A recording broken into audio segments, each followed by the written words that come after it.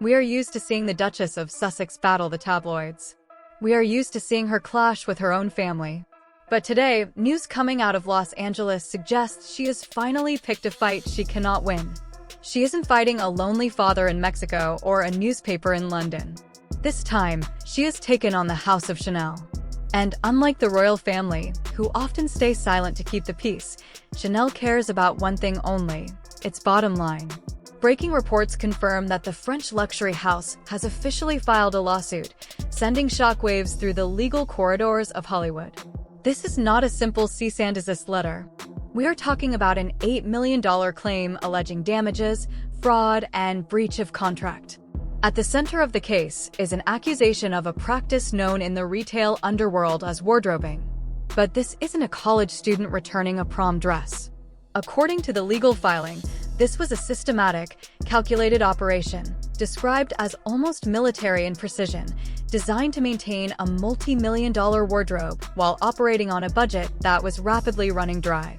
Chanel alleges that over an 18-month period, Meghan Markle treated their flagship boutiques like a free rental library. They claim she purchased, wore, and returned 47 distinct couture pieces.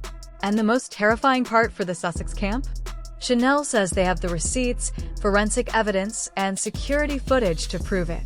Let's break down what is actually being alleged, because the details are staggering. Usually, when you engage with a brand like Chanel, especially at the level of haute couture, there is a sacred trust. You buy it, you own it. According to the lawsuit, that trust was shattered by Meghan Markle, or more precisely, by a team of assistants allegedly acting on her direct orders, with a level of sophistication that borders on professional grifting. The complaint cites a very specific number: 47 items. Not a handful of dresses, but 47 distinct transactions. That detail alone suggests Chanel had been watching for a long time. They didn't intervene at item 5 or item 10. Instead, they allegedly allowed the pattern to repeat, resetting the trap again and again, gathering evidence until the volume was so overwhelming there was no way out. The scheme described in the filing is known as tag manipulation. Chanel claims the Sussex team used specialized tools, specifically a retail tag gun, to carefully remove security sensors and price tags before public appearances. The garments would be worn for just a few hours, timed to maximize paparazzi exposure, effectively leveraging the Chanel brand to reinforce Meghan Markle's image as a fashion icon. Then, with surgical precision, the tags were reattached. The items were boxed up and driven back to Rodeo Drive the very next morning. The excuses for the returns were always identical. The item was unworn, defective, or the fit was wrong. Chanel argues these claims were false every single time. Their argument goes even further. By publicly wearing these items and then returning them, Meghan Markle allegedly stole the commercial value of the brand itself, using Chanel's intellectual property to sell her books, podcasts, and personal image without paying a dime for the privilege. You might ask, how can they prove the items were worn if the tags were reattached? This is where the lawsuit begins to read like an episode of CSI. Chanel is not just a fashion house, it is a laboratory of luxury. When high-value items are returned, they aren't simply placed back on the rack. They undergo microscopic inspection. And this is where the Sussex defense reportedly collapses. The filing explicitly references item 14, a white silk blouse returned as pristine.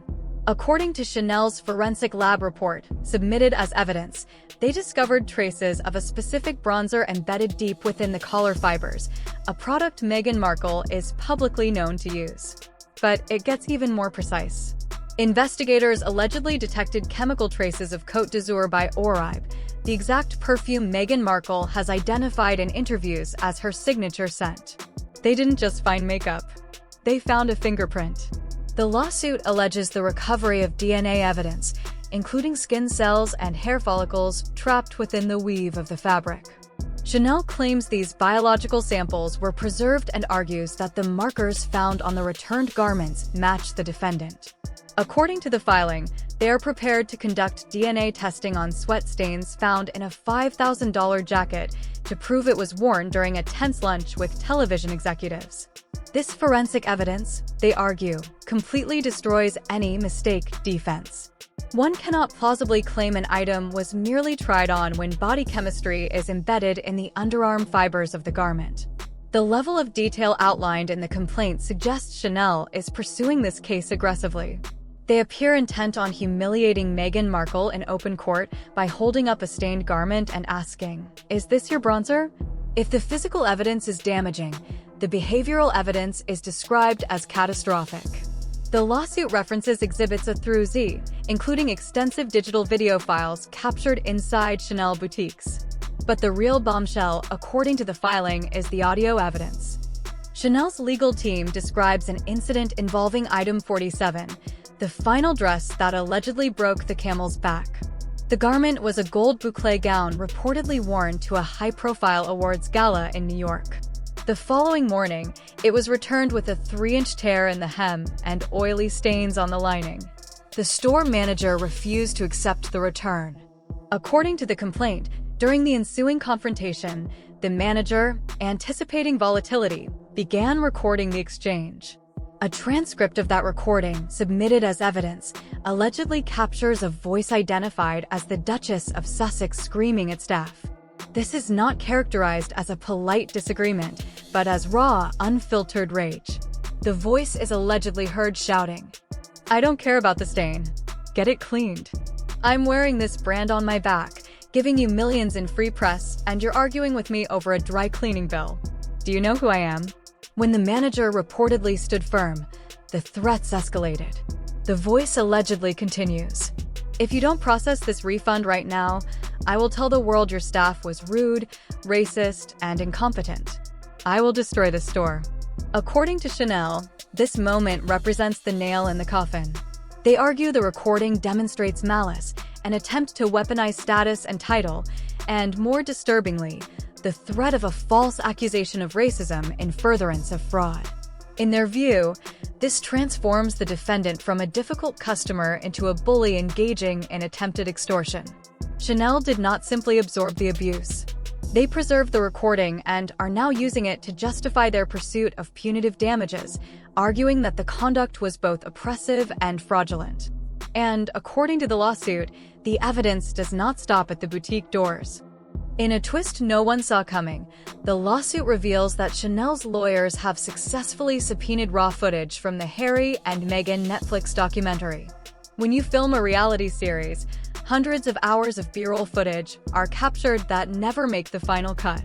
Chanel believed the cameras might have been rolling while this alleged fraud was taking place inside the Montecito home, and it appears they were right. Sources familiar with the reviewed footage claim there is a specific scene in which Meghan Markle is being fitted for a gala appearance in a Chanel gown. In the background, audio clearly captures a discussion about hiding the tag. They reportedly discuss tucking it inside the lining and securing it with medical tape so it doesn't show in photos, specifically to ensure it could be returned the next morning. One voice is allegedly heard joking, "Don't spill the wine or we own it." We own it. That phrase is legally devastating. It suggests premeditation. It indicates that, at the very moment they were putting the dress on, there was no intention to keep it. They were treating a purchase as a rental without paying the rental fee. If this footage is presented to a jury, the defense could be over. You cannot claim good faith while on tape laughing about deceiving the vendor. Now, we move to the financial angle, and this is where Prince Harry reportedly becomes entangled. The lawsuit notes that several of the credit cards used for the initial purchases were in the name of Prince Henry of Wales. But the issue, according to the filing, goes deeper than simply who paid. It involves taxes. Chanel's lawyers have outlined a theory of unjust enrichment involving the IRS. Here is the alleged scheme. The Sussex business management team would purchase a $10,000 dress using a credit card linked to Archwell Productions or one of their media LLCs. They would log the purchase as a production expense, a costume for a shoot, allowing them to deduct the cost from their taxable income. The next day, they would return the dress for a full refund, and the money would go back onto the card. The critical question, did they remove the deduction from their tax filing? Chanel alleges they did not. This practice, known as double dipping, would allow them to receive the cash refund from the store while keeping the tax write-off from the IRS. If this happened 47 times, the filing suggests we are talking about tens of thousands of dollars in potentially fraudulent tax deductions. As the lawsuit notes, this is exactly the kind of strategy that historically has brought down figures like Al Capone. The filing warns, you do not mess with the IRS, and you certainly don't use Chanel as a vehicle for tax evasion. The release of this information in a public lawsuit is likely to trigger an automatic federal audit. If the numbers don't match, this case could escalate from a civil dispute to a federal criminal investigation. The fallout has been immediate and brutal within the fashion industry. Breaking news from New York City confirms that Anna Wintour, editor-in-chief of Vogue and the gatekeeper of the Met Gala, has made a decisive move. For years, there has been speculation about whether Meghan Markle would attend the Met Gala. Today, sources inside the industry say the debate is over. Meghan Markle has reportedly been placed on the permanent ineligible list. This is the fashion equivalent of excommunication. Why? Because Anna Wintour relies on brands like Chanel, Dior, and Valentino to fund her magazine and gala. She cannot be seen endorsing someone who is legally accused of defrauding those very advertisers. A source close to Wintour reportedly said, "Anna does not tolerate thieves. You can be controversial. You can be messy, but you cannot be cheap." And returning stained couture is the definition of cheap. This ban is catastrophic for Meghan Markle's rebranding efforts. The Met Gala is the Super Bowl of celebrity relevance, and by alienating Wintour, she has closed the door to the one room that truly matters. She wanted to be the queen of Hollywood, but she has just been locked out of the castle. As if the walls weren't closing in fast enough, Chanel's legal team has played their ace card. They have secured a key witness, and it's not just a disgruntled assistant. A subpoena has reportedly been served to a high-profile A-list actress and former close confidant of the Duchess. While her name cannot be revealed for legal reasons until she testifies, sources confirm she is a household name with massive contracts with brands like Louis Vuitton and Gucci. Here is the devastating part. She is cooperating. She is not protecting Meghan Markle. Why? Because she has her own deals to protect and cannot be seen as an accomplice to alleged retail fraud. This witness has reportedly provided a sworn deposition stating she personally observed Meghan Markle using a tag gun to reattach labels. She allegedly heard the conversation where Meghan said, "It's only cheating if you get caught." This testimony destroys the rogue assistant defense. It places the tag gun directly in Meghan's hand. The betrayal of this former friend is the final psychological blow. It confirms that in Hollywood, loyalty is transactional. Meghan Markle is now a liability, and her inner circle is cutting her loose to save themselves. With this, the narrative of the style icon begins to crumble. The Frédéric de la Renta couture house in Paris is reportedly drafting a new set of protocols for lending clothes to celebrities, informally dubbed the Merli Clause. The new rules are brutal: no loans without collateral, full credit card deposits required, and no third-party returns. The royal exemption that once allowed Meghan Markle to operate on trust is gone. She has single-handedly made life harder for every other celebrity stylist in Hollywood. Chanel is asking for $8 million, not because the clothes cost that much, but because they want to punish her. They want to make an example. You might be a duchess, but you cannot steal from us. As the IRS looms and subpoenas fly, the question isn't whether she will attend the Met Gala. The real question is whether she will end up in a courtroom explaining why her bronzer is on a dress she swore she never wore. The golden coach has turned into a pumpkin, and this time, there is no fairy godmother to pay the dry cleaning bill. But that isn't the whole story.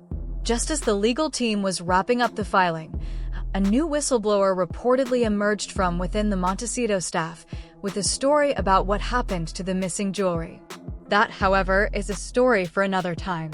If you want to stay ahead of the news that mainstream media is too afraid to touch, make sure you hit that subscribe button.